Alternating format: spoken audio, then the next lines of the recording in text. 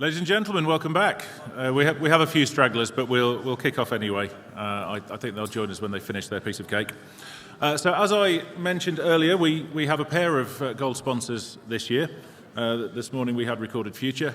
And to introduce this afternoon and say a few words is our second gold sponsor from Defence Logic, Anthony Flemmer.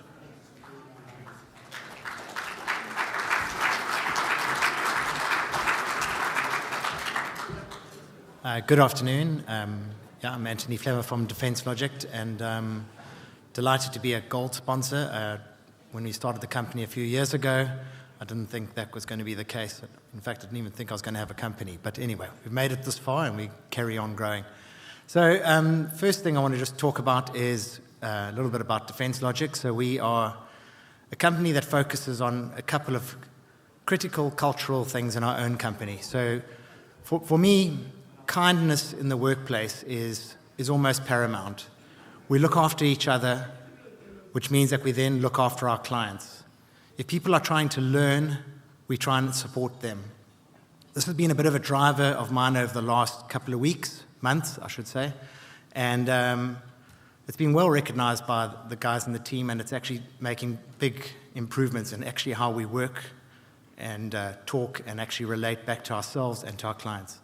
The second most important thing is obviously clients. Some people would say clients first, but I say kindness first. We have to stay focused on our clients. If without them, we don't exist. And then the last thing, and it's not actually last, but it underpins everything we do, is innovation.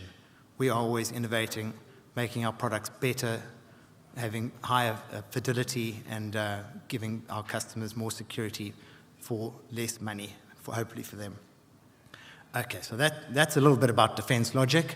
I don't think you were expecting a cultural talk from a cybersecurity person, but I did notice when I wrote about it on LinkedIn, it was one of my highest viewed articles, which actually surprised me because I thought people loved hearing about ransomware and who's been knocked out. But actually people want to hear about people.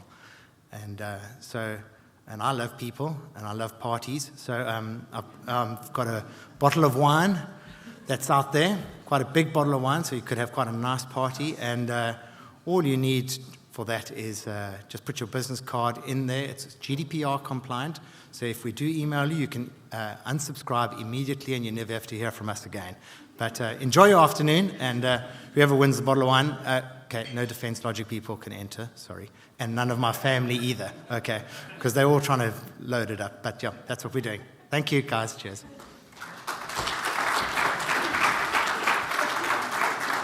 Thanks, Anthony.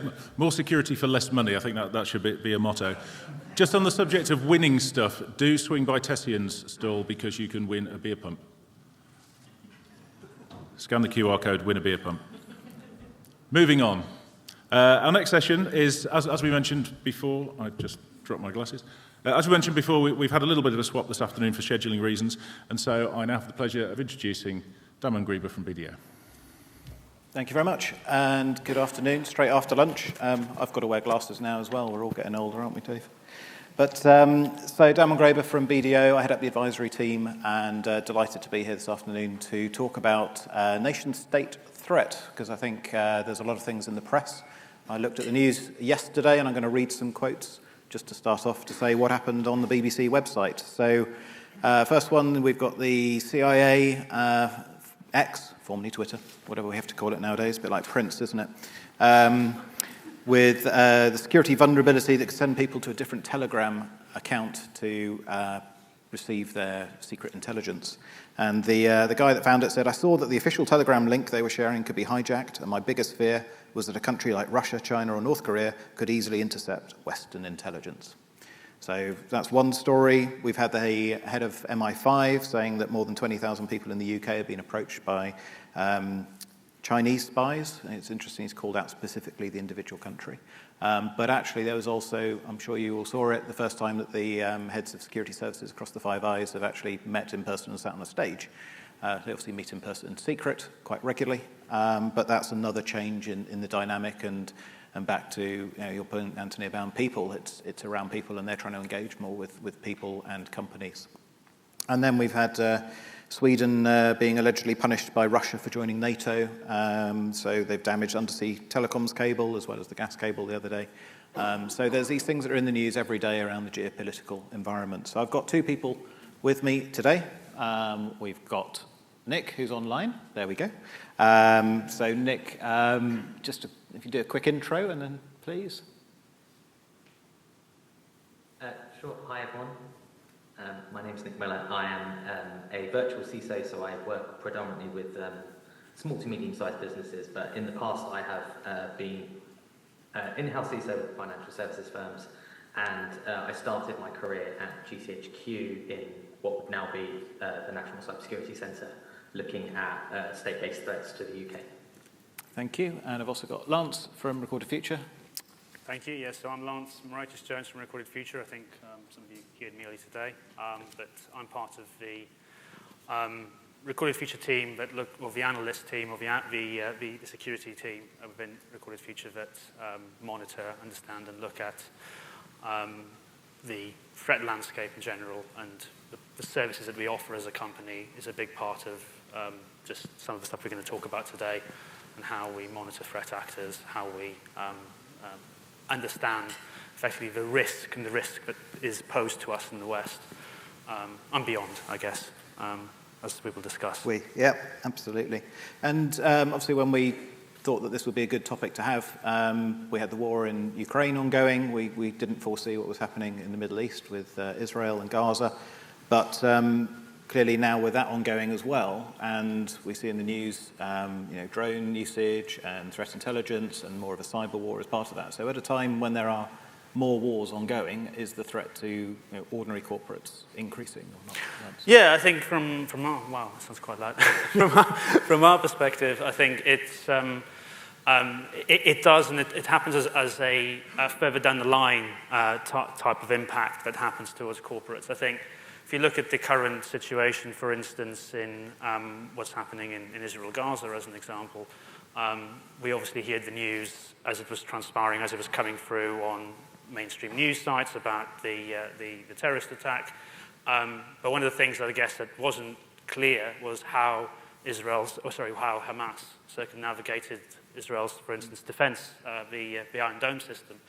And we know that there was a cyber attack or a cyber attack event that led to impacting, at least, to the best of our knowledge, not completely taking it down, but to disrupting that on that side. And cyber is always a big part of the war effort, one way or another. And usually it's a cyber piece that kind of comes before what effectively the physical war that comes as a result of that.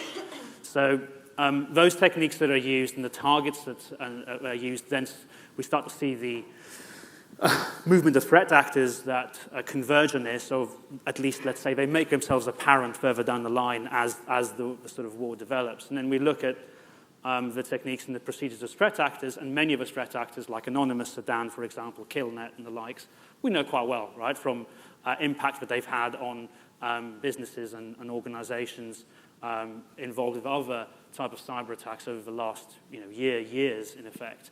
But these guys will always be heavily active and heavily involved in some of these in war zones. I mean, you look at the Russia-Ukraine conflict before that, and we can see there is a direct correlation in the increase, for instance, of malware families that were used, things like Hermetic Wiper, the wiper malware that was used to sort of effectively target industrial systems. That's now being widely used. A lot of those malware families are being widely used, in effect, to target any Western industry.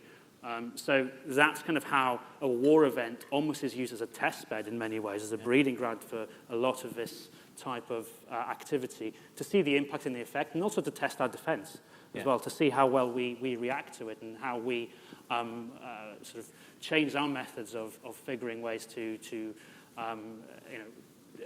enhance our defense in the way against those, as well as educating ourselves and understanding a little bit more about what are the methods and the tactics, the procedures, the techniques that these guys use.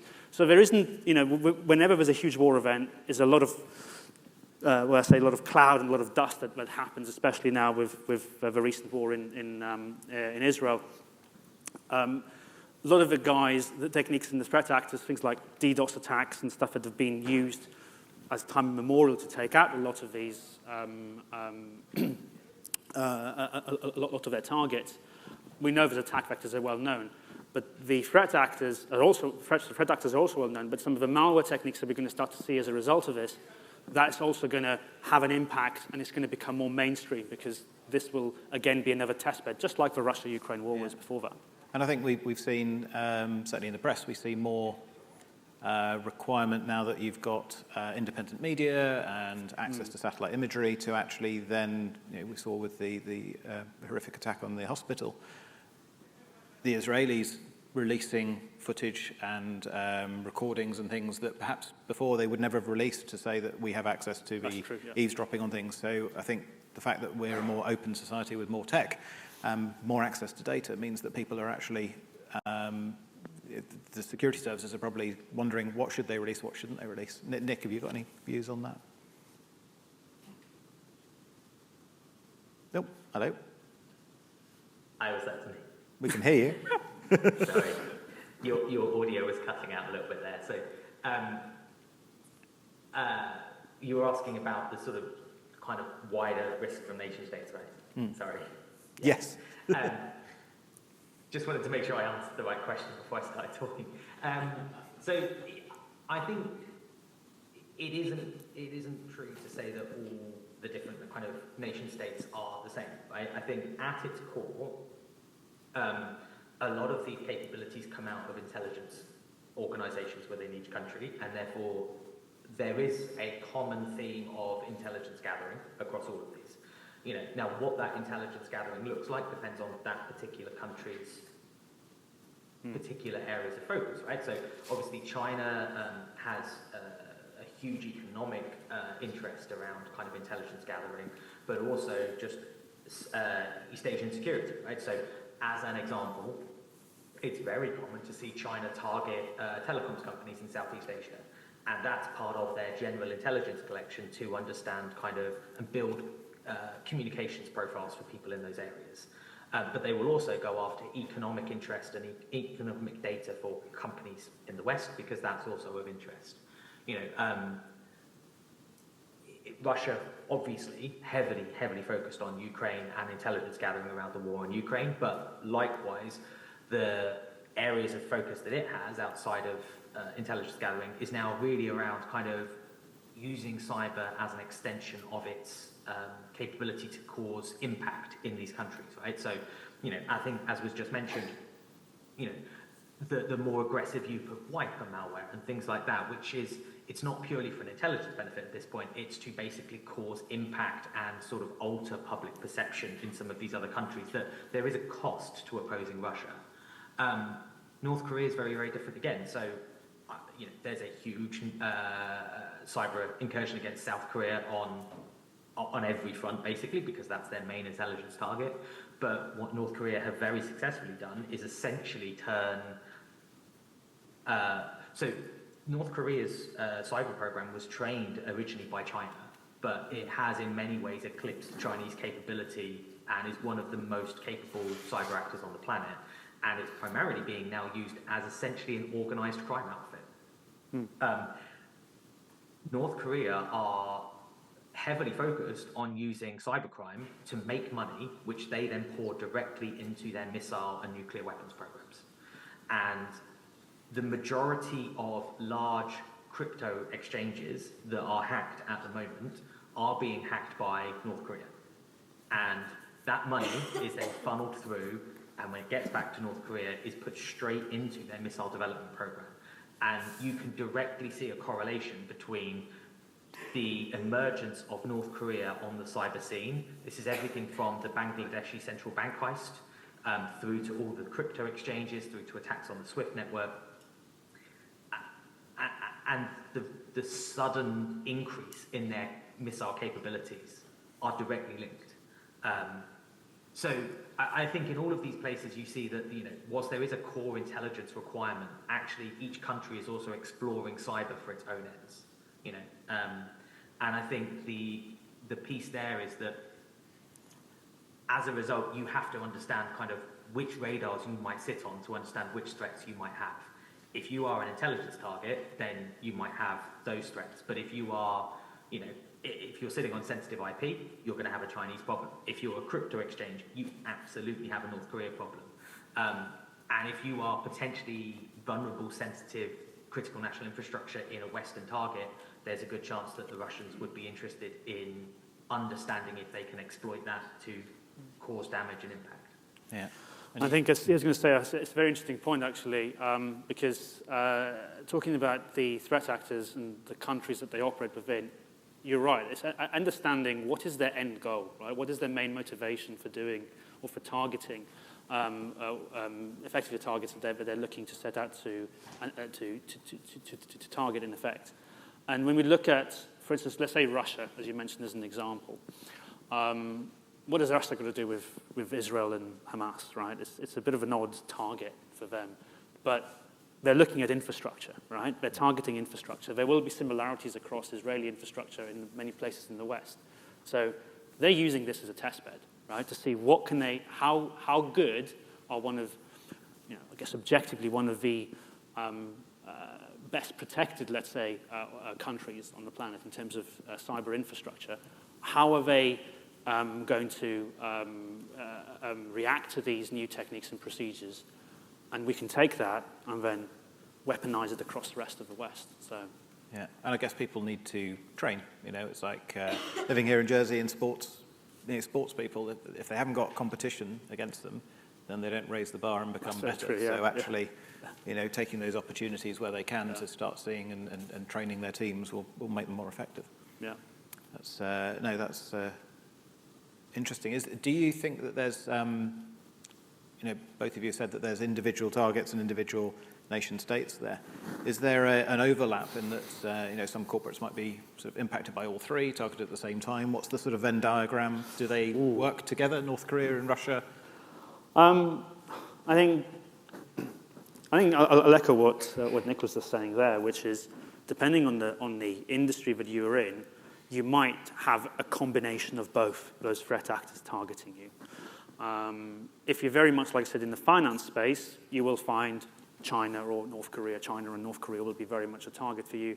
Whereas if you're part of critical national infrastructure, you will be attracting more sort of Russian threat actors or Iranian threat actors as well in the background, because also there is that element of Iran as well as part of the sort of what I call the triumvirate axis of threat actor states, right? So Iranian threat actors are also part of that group. So it'll depend on the type of industry ultimately that you're in. Do they collaborate? I would say they have different objectives in terms of what they want to achieve.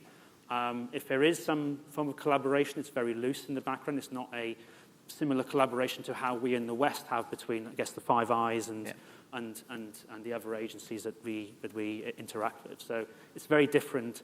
But let's say they have a mutual enemy at the moment. So in terms of that collaboration, or not collaboration, but the mutual enemy, I think we talk about Russia, China, North Korea. You mentioned Iran as well.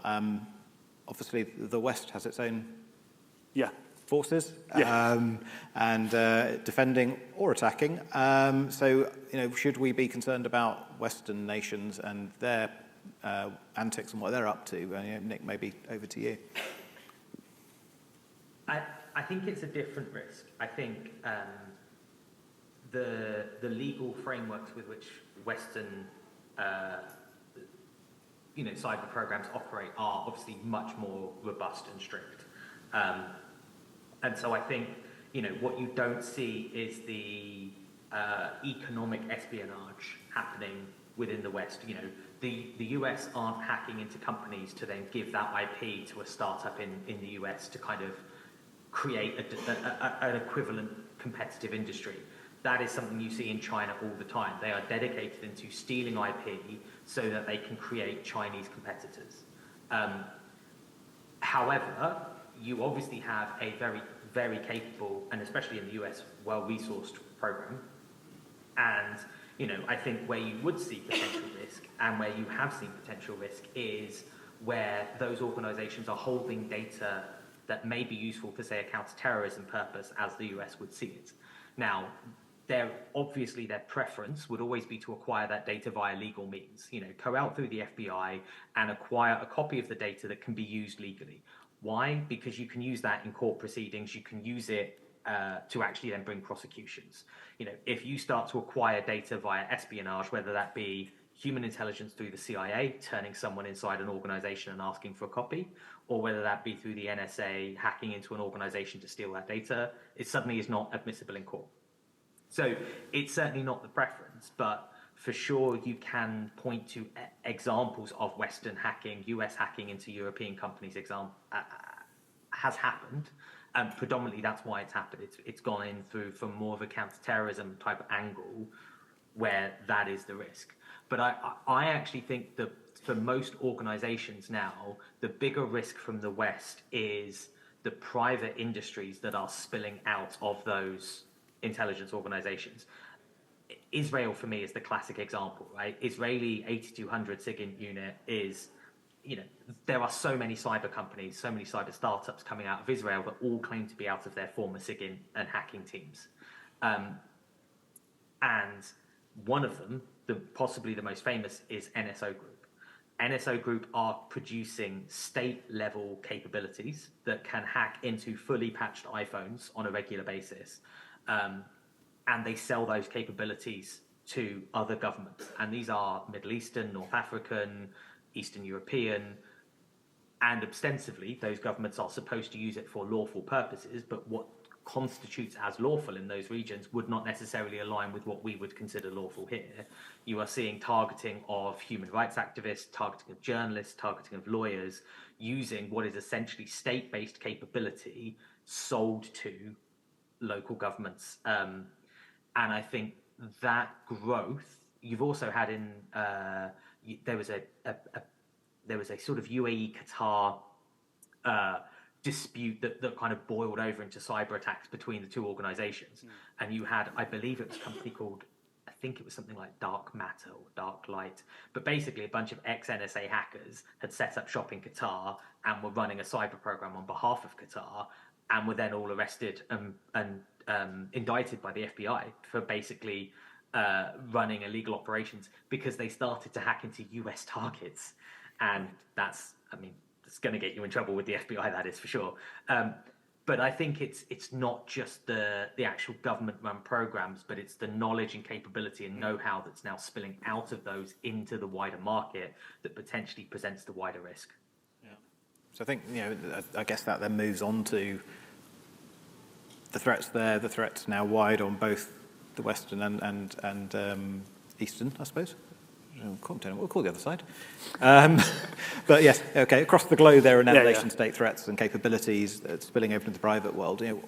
As a corporate, so most people here working in a corporate environment, should they be worried about that? What can they do about it? What's the sort of key things I think, that they should take from that? Yeah, I think the threat actor piece is at a high level, I'd say it is more of a concerning aspect. So, from an awareness perspective, to see what these guys are doing. As that starts to filter through to some of the more private areas, as Nick was saying, like hacktivism, for instance, right? That's kind of where anyone can be a target on that side.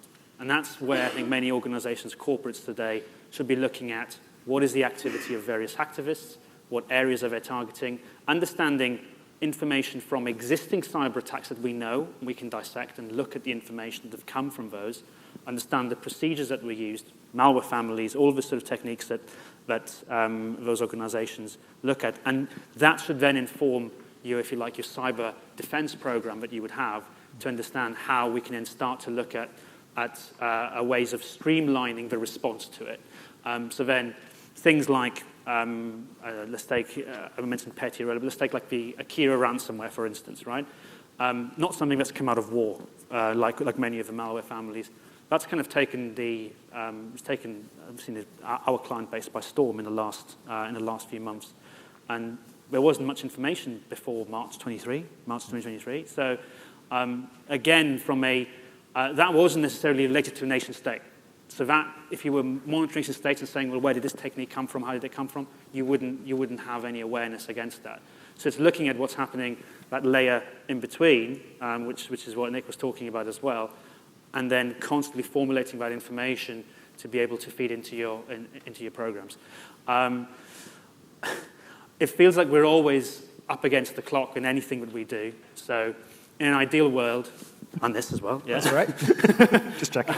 But in an ideal world, yes, you'd have a program that would look at, let's look at what nation states are doing, let's look at what's happening at the access broker level, let's look at what's happening then at existing, if you like, knowledge of attacks at an industry level, an industry that's very relevant to my corporation, and then you take that information and assimilate it. But we know this is a constantly moving and changing environment. And going back to what I said at the beginning, a war like the war now in Israel is again going to change that landscape, and it's going to change the methods and procedures and techniques that are going to come out.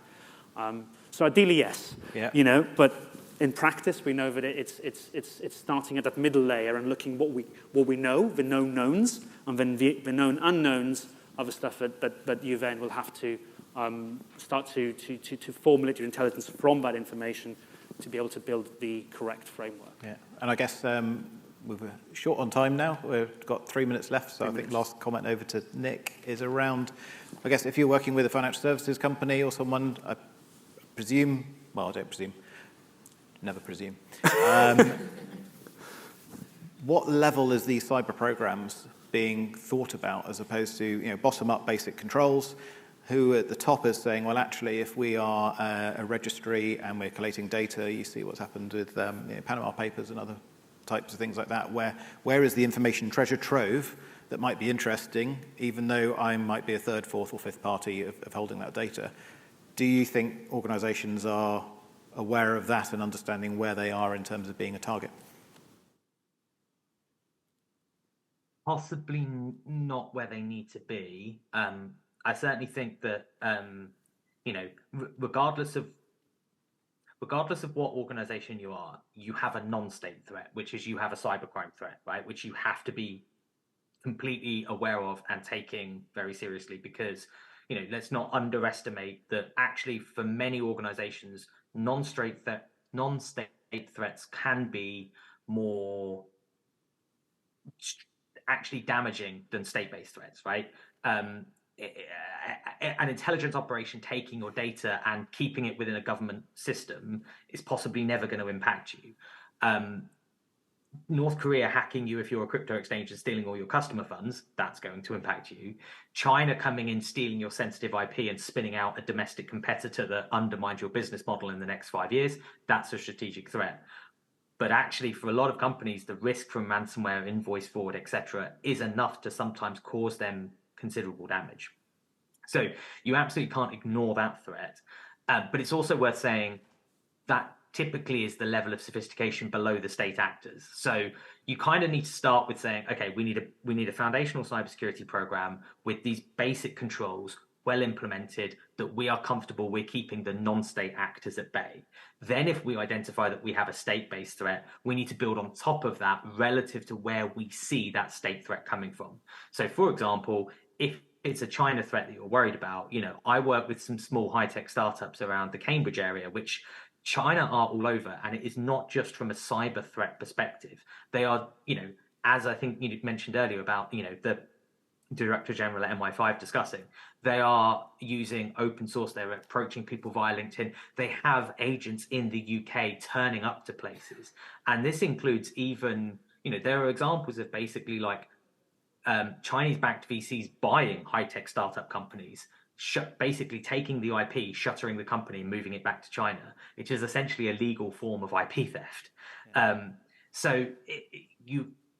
For where you have that state-based threat, you really have to think about all the ways that it could present and focus on kind of covering from that. But it has to build on top of a foundational cyber program that already has the basics in place, because, the cliche analogy, but if you're not locking your front door at night, you're not keeping, if you can't even keep the non-state actors out, you're not keeping the state actors out, basically. Yeah, that's fantastic. Yeah, so. Brilliant. So we're up for time.